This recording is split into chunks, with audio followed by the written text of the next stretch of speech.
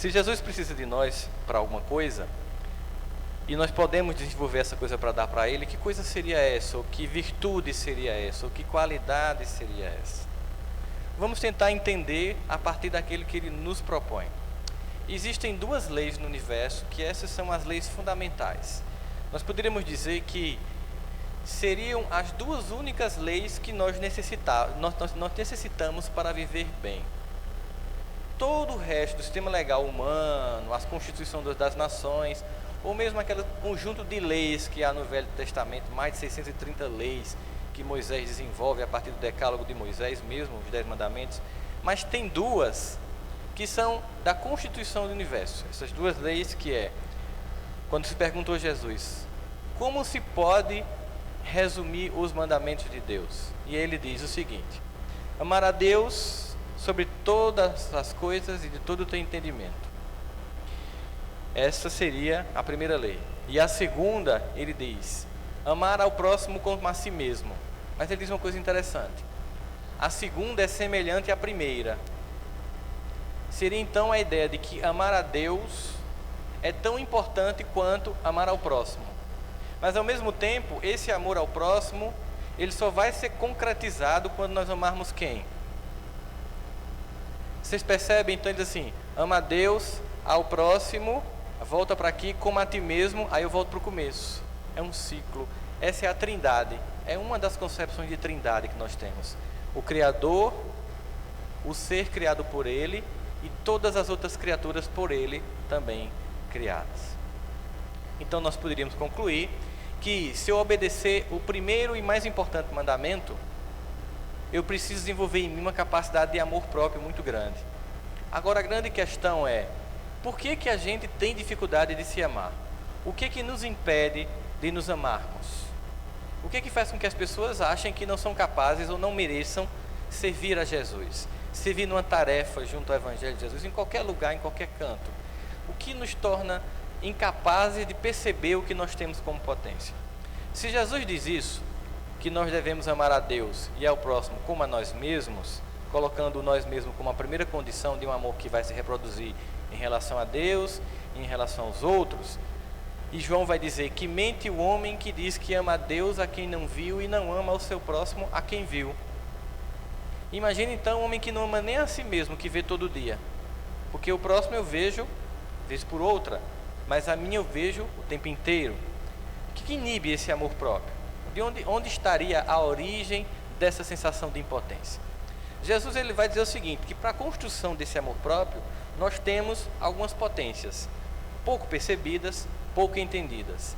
Ele diz que nós somos a luz do mundo e que nós somos o sal da terra. O que nós podemos entender por ser a luz do mundo? Imagina alguém chegar perto de você e dizer assim, você é a luz do mundo. Você pode até pensar assim, esse cara deve estar doido. Eu? Na minha vidinha, cheia de defeitos, cheia de problemas, cheia de creca na cabeça, de milindre, de culpa, eu ser luz? Como assim? E o sal da terra? Qual é a característica do sal? Dá sabor. Então nós somos aqueles que iluminam e que dão sabor à vida. Mas ao mesmo tempo nós não sentimos isso. Aí a gente pode fazer a seguinte pergunta: estaria Jesus nesse momento falando essas coisas, fazendo marketing político? Então assim, vou agradar o pessoal, eu vou dizer uma coisa sobre eles que não é verdade, para eles se sentirem bons. Assim como todas as eleições, nós ouvimos dos nossos homens públicos e mulheres públicas, nós precisamos melhorar a educação e a saúde e a segurança neste país. O meu compromisso é com a saúde, a segurança e a educação. Será que Jesus estaria fazendo uma propaganda desse tipo, enganosa? Poderíamos nós aqui amanhã, na sexta-feira, ir no Procon, processar por propaganda enganosa? Então, veja só, se ele vê uma coisa na gente e a gente não vê, eu acho que alguém está errado nessa história. Você já parou para pensar? Se ele vê luz em mim, se ele vê sal em mim, ou como ele mesmo também diz, sois deuses, fazei brilhar a vossa luz, ou seja, um trabalho, é um processo. Quem está errado, ele ou a gente? Não demore a responder não, só me dá um desespero. Estaria ele errado ou nós estamos errados? Muito bem. E nós estamos errados por quê? Porque nós não conseguimos enxergar em nós a luz e o sal que ele enxerga. Concordam comigo? E por que que nós não conseguimos enxergar? Porque talvez, na nossa expectativa infantil, para que a gente possa ser essa luz e esse sal da terra, nós temos que ser bem perfeitos. E como a gente se sente muito imperfeito, a gente não consegue entender que isso é possível. Porque talvez para nós isso só seja possível depois de milênios de transformação. Mas ele não diz que quantidade de luz e de que sal que nós somos. Nós é quem vamos provar isso para o mundo. Mas ele garante que existem em nós essas características. Mas nós não enxergamos isso. Porque talvez na infância a gente ouviu assim, de um pai ou de uma mãe menos desavisada: você está pensando que você é quem? Você não vai dar para nada. Ou alguém que nos criticou, que nos humilhou na escola: você é burro, você é feio, você é incapaz, você só faz coisas erradas, você nunca faz nada que preste, você começa e não termina. Eu poderia citar uma lista aqui, todo mundo ia se identificar com uma dessas frases e dizer: pronto, essa é a minha cara, né? Mas se tem toda essa problemática de defeitos, será que seria isso que inibe nós enxergarmos a luz que nós temos? Esses medos. Medo de não se sentir aceito, que é um medo muito grande que todos nós temos. Medo de sermos excluídos pelos outros, que é um medo que nós temos também. Porque talvez seja o fato de que nós temos dentro de nós esse monstro, né? Esse lado nefasto que faz com que a gente se sinta incapaz de servir a Deus ou de devolver ao seu Filho Jesus aquilo que ele nos possibilita como talento. A pergunta que ficaria na sequência seria o seguinte: por que isso acontece? De que forma isso acontece? Esse medo. E como é que ele me inibe? A primeira coisa que a gente tem que perceber é que nós estamos tão acostumados com a infelicidade e com a incompetência que a gente se assusta quando as coisas dão certo. A gente é tão acostumado com a derrota que a gente, com a vitória, acha que alguma coisa deu errado. Talvez se Jesus chegasse aqui e olhasse para você, você achasse que ele estava olhando para outra pessoa. Não pode ser para mim. E o que aconteceria agora se todas as nossas mentes fossem abertas e fosse projetado aqui no alto o pensamento de tudo que a gente está pensando agora e tudo que a gente já fez na vida? O que é que vocês acham disso? Não ia prestar não, né, Mônica? Eu acho que alguém ficaria aqui para ser visto. Eu correria léguas. Eu me lembro de um vigilante que a gente contratou para a clínica. No primeiro assalto, ele passou 3 dias foragido. Ele correu tanto da clínica com medo do bandido que a gente passou 3 dias para achar ele. A gente sentiu que não adiantava o vigilante. E aí a gente começou a usar o evangelho: se Deus não guarda a casa, em vão guarda o vigia. Então é melhor apelar, nesses dias de Campina Grande violenta, apelar para Deus, né? Então, o que acontece? Esse sentimento, essa fuga. Por quê? Porque ela é cômoda. Porque toda pessoa, veja só, as pessoas elas olham pessoas interessantes e elas gostariam de ser interessantes, mas elas não estão dispostas nem a fazer o sacrifício para se tornar interessantes, nem a assumir o compromisso, que é o peso de quando você se torna capaz de fazer alguma coisa. Porque é um peso sobre as pessoas. A gente vê só o lado glamouroso das coisas, nunca vai para os bastidores para saber o que acarreta aquele tipo de característica ou aquele tipo de capacidade que a pessoa desenvolveu. A gente só pensa no produto final daquilo ali. Então, muitas vezes, nós preferimos nos sentir menor porque tem uma coisa muito cômoda nisso: eu não tenho que fazer nada. Eu estou cuidando só de mim, então não tenho força para servir ninguém. Quem sou eu para servir alguém? Eu não tenho essa potência. Mas acontece que a possibilidade da potência foi dada para nós. O que falta é fazer eclodir essa potência. Ah, mas você não sabe o que eu vivenciei. Você não sabe os meus traumas, a minha educação. Você não sabe como foram meus pais, como é meu casamento, como é a relação com os filhos. Enfim, nós poderíamos aqui inventar um monte de desculpas para dizer porque que a gente não está em ativo serviço no bem. Ou seja, devolvendo para o Cristo tudo aquilo que Ele nos solicita, tudo aquilo que Ele nos dá. A gente poderia pensar sobre isso. As desculpas seriam muitas desculpas que a gente teria para a nossa inatividade, contanto que eu não tenha que ter responsabilidade sobre ninguém. Só que ele coloca como um propósito, como uma possibilidade. Vamos imaginar então que essas pessoas tentaram nos apagar na nossa infância, ou na nossa adolescência. Mas mesmo esse apagamento que alguém pode fazer conosco é opcional. Vamos pegar um exemplo clássico, recente, de um homem que passou quase 30 anos preso, nome Nelson Mandela, num país de uma minoria de 5% de brancos que dominava 95% da população negra. Eles não deixavam os negros aprenderem inglês para que eles não pudessem se comunicar e se organizar. Era cada um no seu dialeto. Eles jogavam os grupos étnicos uns contra os outros para, na briga entre eles manterem a hegemonia política e militar dos brancos. Nelson Mandela se insurgiu contra tudo isso. Mas ele passou 30 anos preso, vendo por uma grade um terreno que só dava para pedras, e passou 30 anos ouvindo: você não é ninguém, você não é capaz, você não representa nada. E ele não deu ouvidos a isso. E quando ele saiu, ele foi eleito presidente da África do Sul, e todo presidente de uma nação, ele também é o comandante em chefe do exército, de todas as forças armadas. E agora aquele homem que havia sido preso 30 anos por esse mesmo exército, era o comandante em chefe desse exército. Qualquer um de nós poderia pensar que era a hora dele se vingar. Mas o que mais foi incrível na trajetória dele na prisão é que não foi ele ter vencido o apartheid, que era o regime de segregação racial que havia na África do Sul. Não foi ter vencido o apartheid e ter se tornado o presidente da África do Sul. Foi dentro da prisão ter vencido o seu ego.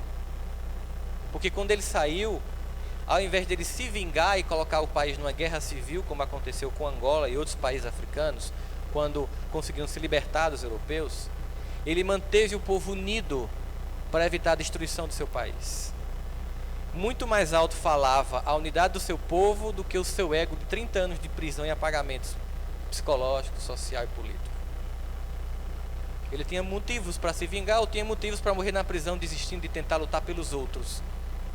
Então significa dizer que a gente poderia elencar aqui quantos jovens, quantos seres humanos que nascem nas periferias físicas, econômicas e existenciais da Terra, que teriam todas as justificativas para não acontecer como pessoa e dão como resposta a vida, a vitória pessoal. E quantos de nós, com todas as circunstâncias materiais e emocionais favoráveis, por um pequeno probleminha, temos aí a justificativa para apenas reclamar e nada fazer. Mesmo assim, há uma aposta em nós de Jesus. E a gente poderia ver essa aposta naquilo que a gente visualiza do contato com ele no Evangelho dos evangelistas João, Marcos, Lucas e Mateus, com as figuras que ele encontra durante a sua passagem no Evangelho. Quem era a mulher que quase foi apedrejada? O que ela tinha feito, gente? Ela tinha adulterado. Muito bem. Então aquele homem encontra aquela mulher em adultério e pergunta: cadê teus acusadores? Ao final da cena. Ela diz: ninguém está mais aqui, Senhor. E ele diz: eu também não te acuso. Então sabe esse problema terrível que você tem guardado na sua cabeça e se sente um monstro por isso e não precisa contar aqui? Ele não lhe acusa por isso. Essa dor que você carrega dentro de você, ou essa mágoa, ele não lhe acusa por isso. A única coisa que ele quer é que você siga, vá, não volta a pecar, continua teu caminho. Quem era Zaqueu? Cobrador de impostos. O que é um cobrador de impostos numa terra invadida por uma outra potência? Imagine que o Brasil fosse invadido pelos Estados Unidos e que eu me tornasse cobrador de impostos. E eu ia na casa de vocês, até porque eu conheço muitos pessoalmente, e iria pedir, olha, eu quero tanto para dar para os americanos, manter o exército aqui invadindo, humilhando e violentando as filhas de vocês. Vocês iam me ver como? De mortal. Zaqueu era essa criatura. Cobrava impostos do seu povo para Roma. Essa mesma Roma que explorava seu povo. Então, quando Jesus foi chegar na região onde Zaqueu se encontrava, ele queria ver Jesus. Mas, conforme a narrativa do evangelista, ele era um pouco de estatura mediana. Mas imagine que Jesus vai passando na rua e era meio como um desfile, todo mundo esperando ele passar. Então imagina Zaqueu no meio da multidão, querendo passar para furar a multidão e ver Jesus. Quando alguém percebia, alguém cutucando, e que olhava, que via que era Zaqueu, que reação tinha? Mas olha essa peste aqui, esse miserável querendo ver Jesus. Sai, miséria, sai daqui. Ninguém deixou Zaqueu passar. Ninguém deixou Zaqueu passar. Ele poderia ter feito o que depois disso? Ido para casa, desistido. Ele sabia que era um traidor do seu povo. Sabe por que ele sabia disso? Ele tinha consciência disso. Foi o que ele fez. Subiu numa árvore. Uma atitude.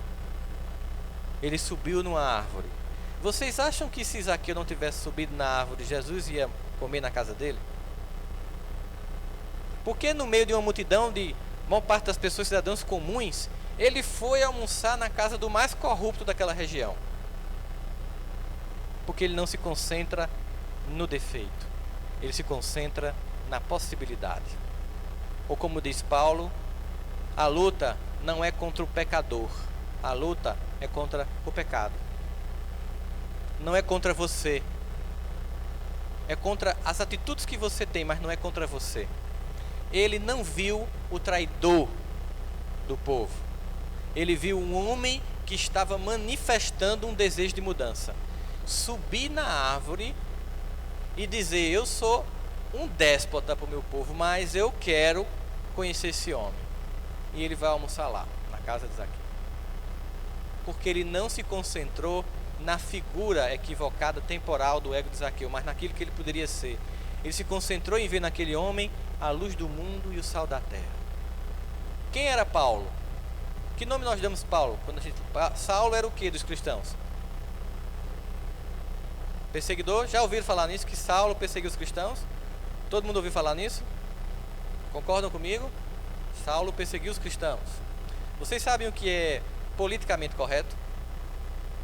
Politicamente correto é um termo criado pelos americanos para definir quando você diz uma coisa dura de uma forma que não fere.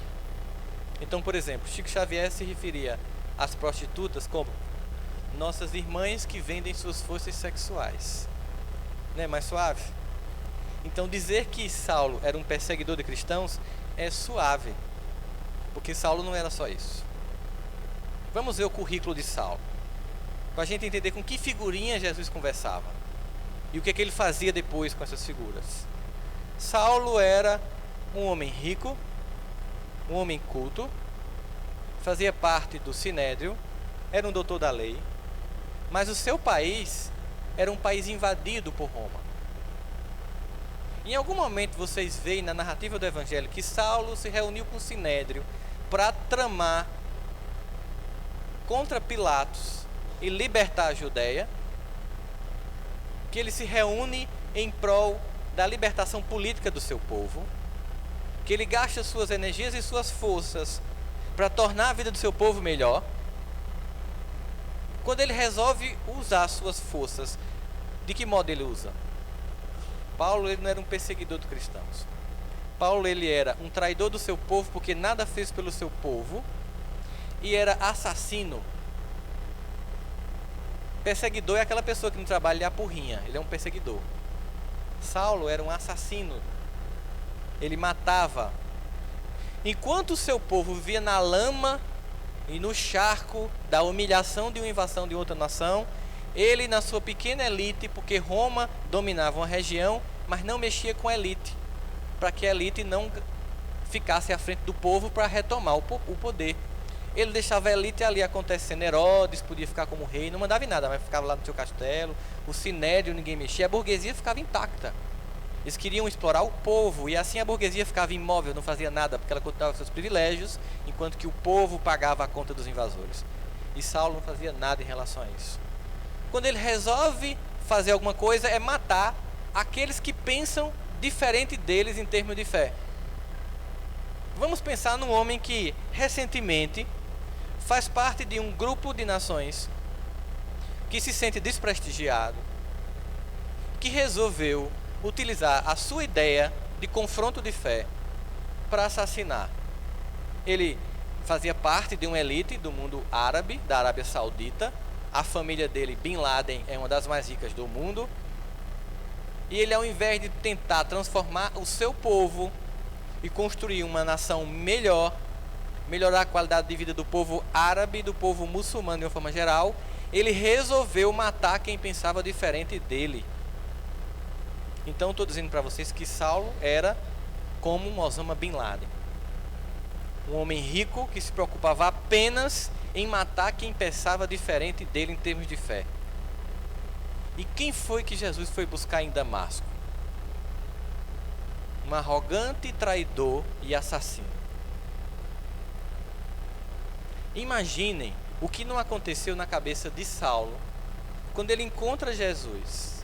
E ao encontrar Jesus, cai a ficha. E ele começa a lembrar do início da sua vida como judeu.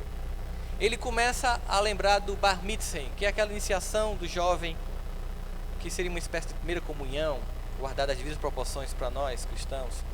Que ele vai lá, ele vai ler a Torá. Quando ele começa a relembrar tantas vezes que ele leu o profeta Elias dizendo que o Messias viria. Quando ele leu o Salmo 1, que reforçava a ideia de Elias dizendo que o Messias viria para alargar a vereda da justiça.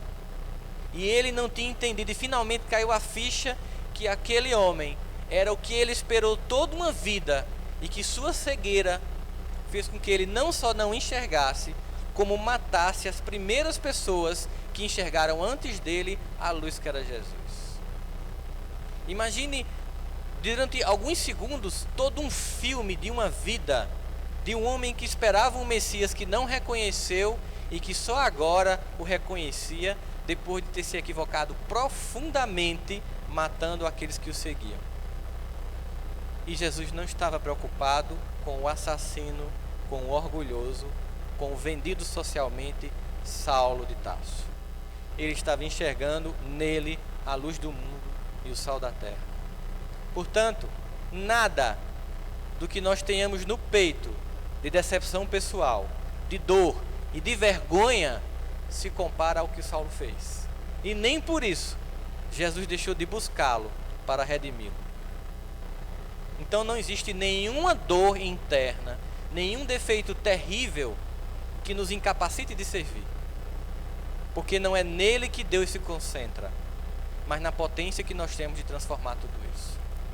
Final de ano, muitos de nós fazem planejamento para 2014. Geralmente são planejamentos fantasiosos. De repente você é uma pessoa que adora fofocar e diz assim: não, ano que vem eu não fofoco mais.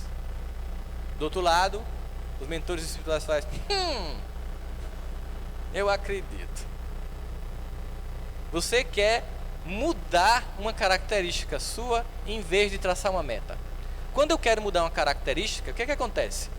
Eu prometo que não vou fazer tal coisa, ou que vou fazer tal coisa. Tipo, eu não vou mais beber, eu não vou mais fumar, eu não vou mais caminhar muito, comer muito, ou então, eu vou caminhar mais, eu vou estudar mais, eu vou fazer mais preces. É sempre prometendo fazer ou não fazer alguma coisa, e assim de forma cabal. Ou isso ou nada. O que acontece? A primeira queda, a segunda queda, você diz assim: tá vendo, eu sou incompetente. Não adianta, eu desisto. Sou assim mesmo. Por quê?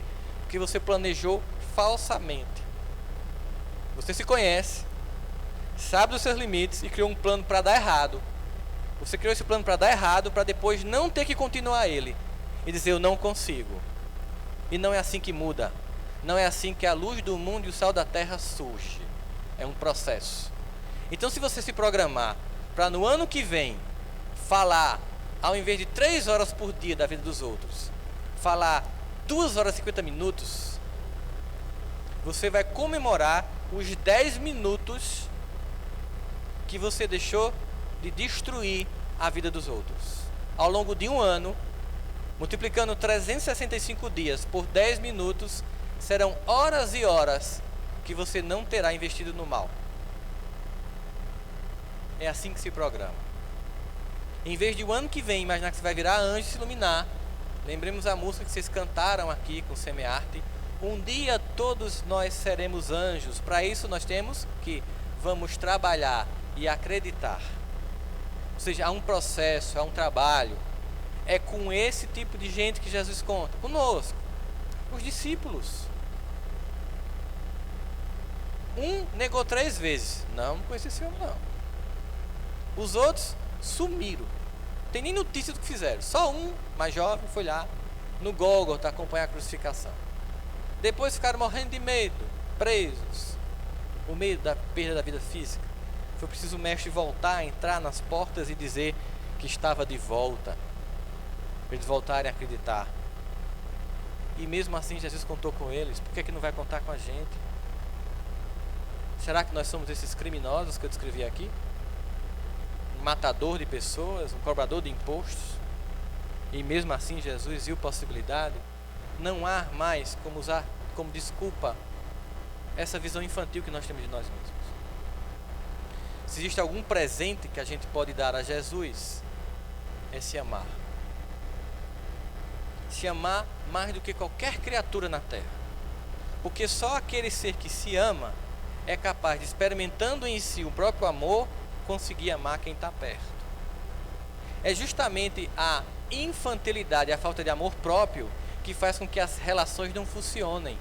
Porque você vai para uma amizade, para um trabalho, para um casamento, esperando que o outro lhe ame. Porque você é carente e quer que o outro tape as suas questões emocionais.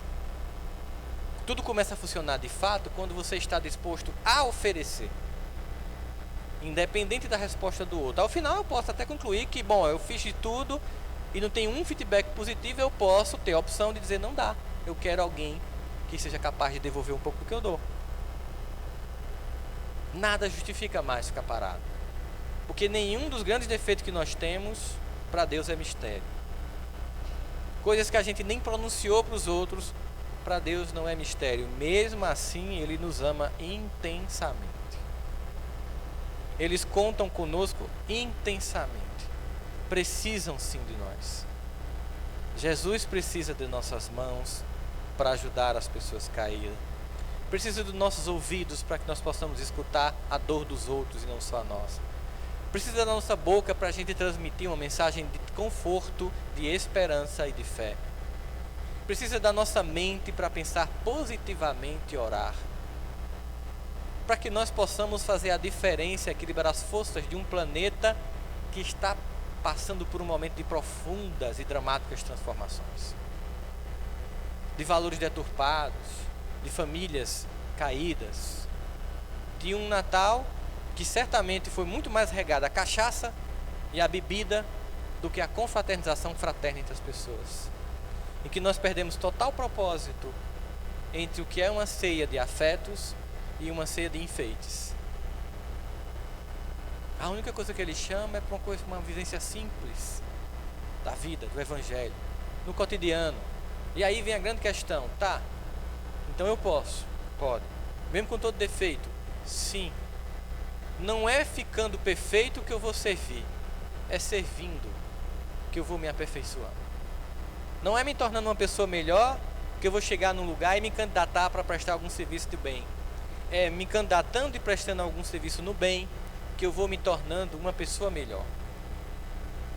Por isso que Jesus diz, vem como você está, desse jeito. Porque Ele refaz.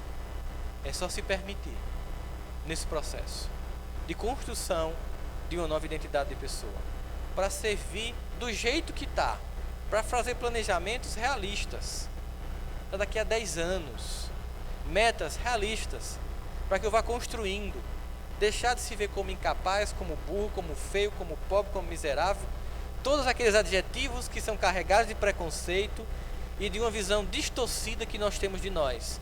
Porque se Jesus vê luz e sal em nós e nós não enxergamos, é porque nós é que estamos cegos. E temos que escolher se nós vamos nos enxergar a partir dos olhos do mundo ou a partir dos olhos de Jesus. Para que a partir dessa crença que de fato, apesar de tudo que nós somos, dos defeitos que nós temos, nós podemos servir a Deus sim. Nós podemos construir uma vida melhor sim. Nós podemos sair hoje aqui com o compromisso pessoal de servi-lo. Eu vou ter que vir aqui conversar com o Santana e fazer alguma coisa na UF? Se quiser sim, mas não necessariamente. Porque o Salmo 100, ele faz a seguinte proposta: celebrai com júbilo ao Senhor todos os moradores da terra e servir Ele com alegria, porque Deus é bom. E qual seria o melhor canto para servir a Deus? Aqui, na missa, no culto, uma vez no final de semana. Lugar mais difícil, em casa e no trabalho. É o lugar onde a gente serve a Deus. Observe como a gente faz o contrário. Você não sabe onde eu trabalho, tu não sabe as pestes que trabalha comigo. O argumento, claro, pode ser esse, né? Se você soubesse quem trabalha comigo, você não estava falando de servir com alegria. Eu vou para lá servir com tristeza, com depressão, com desejo pré-suicida, porque é umas criaturinhas pesadas. Sabe, você está pegando o peso dessas pessoas para você? Isso é opcional. Interessante é que pesquisas no mercado de trabalho mostram o seguinte: quando você não gosta do lugar onde você está, profissionalmente falando, a melhor forma de você sair de lá, paradoxalmente, é se tornar o melhor funcionário da empresa. Porque vai criar as condições para que você saia dela. Ou porque você vai adquirir mais competência, ou porque alguém do mercado vai ver sua competência e vai lhe convidar para trabalhar na empresa dessa pessoa. O que a gente faz quando está com raiva da empresa? A gente sabota. E aí morre nela, aposenta. Eu lembro que eu fui para uma reunião de aposentadoria de uma professora da universidade. Ela estava se despedindo e tal, e fizeram um bolinho, um refrigerante para ela. E aí aquele clima de despedida da colega que estava se aposentando, e ela fez: eu queria falar para agradecer a vocês esse momento, para dizer que hoje é o dia mais feliz da minha vida, porque finalmente eu vou ter que deixar de olhar para a cara de vocês, seus cínicos, mentirosos, que passaram a vida me perseguindo, me maltratando, falando mal de mim, e agora vem se despedir para ver se de fato eu vou me embora e não volto mais. Não é brincadeira. E ela estava sendo verdadeira. Muito. Porque o clima dentro das academias é tão terrível, a competição entre os professores no mundo acadêmico é tão terrível, que nos Estados Unidos chega-se a matar alguém para ficar no primeiro lugar num artigo científico. Já aconteceu caso assim. E conversando com um amigo meu que está fazendo doutorado na França, preocupado com essas questões, perguntei se lá era assim também. Ele disse: na França é tão sério isso, Rossandro, que aqui se diz que Deus criou a educação e o Satanás os colegas de departamento, para sentir o clima de harmonia que é entre as pessoas. Então ela estava dizendo uma verdade. Agora, eu preciso ser amargo porque o ambiente é amargo? Não. Como é que eu posso me candidatar ao mais se eu não faço o mínimo? Como? Eu tenho que servir a Deus com alegria naquilo que eu faço. Porque primeiro é misericórdia infinita, aquilo que Santana começou a falar sobre gratidão no dia de hoje, que Paulo vai nos dizer: sejamos gratos em tudo. Porque a gente se equivocou profundamente no passado, Deus manda a gente de volta. Geralmente a gente vai trabalhar no mesmo lugar que a gente errou, usando os mesmos recursos que a gente utilizou para o mal, utilizando para o bem, e no final do mês, pagando a conta a Deus, a gente ainda tem salário, ainda recebe dinheiro por isso, e reclama, sabota. Às vezes se dá aula na escola pública e na escola privada. Na escola pública você chega atrasado e sai mais cedo. Na escola privada você chega na hora e sai na hora. Você desenvolve uma doença curiosa. É um atestado médico que funciona para o grupo escolar, mas de tarde você está bonzinho, que você vai dar aula na escola privada. E você está roubando o dinheiro do povo, porque isso é corrupção ativa, não é nem passiva, porque você recebe dinheiro do povo, mas é pouco.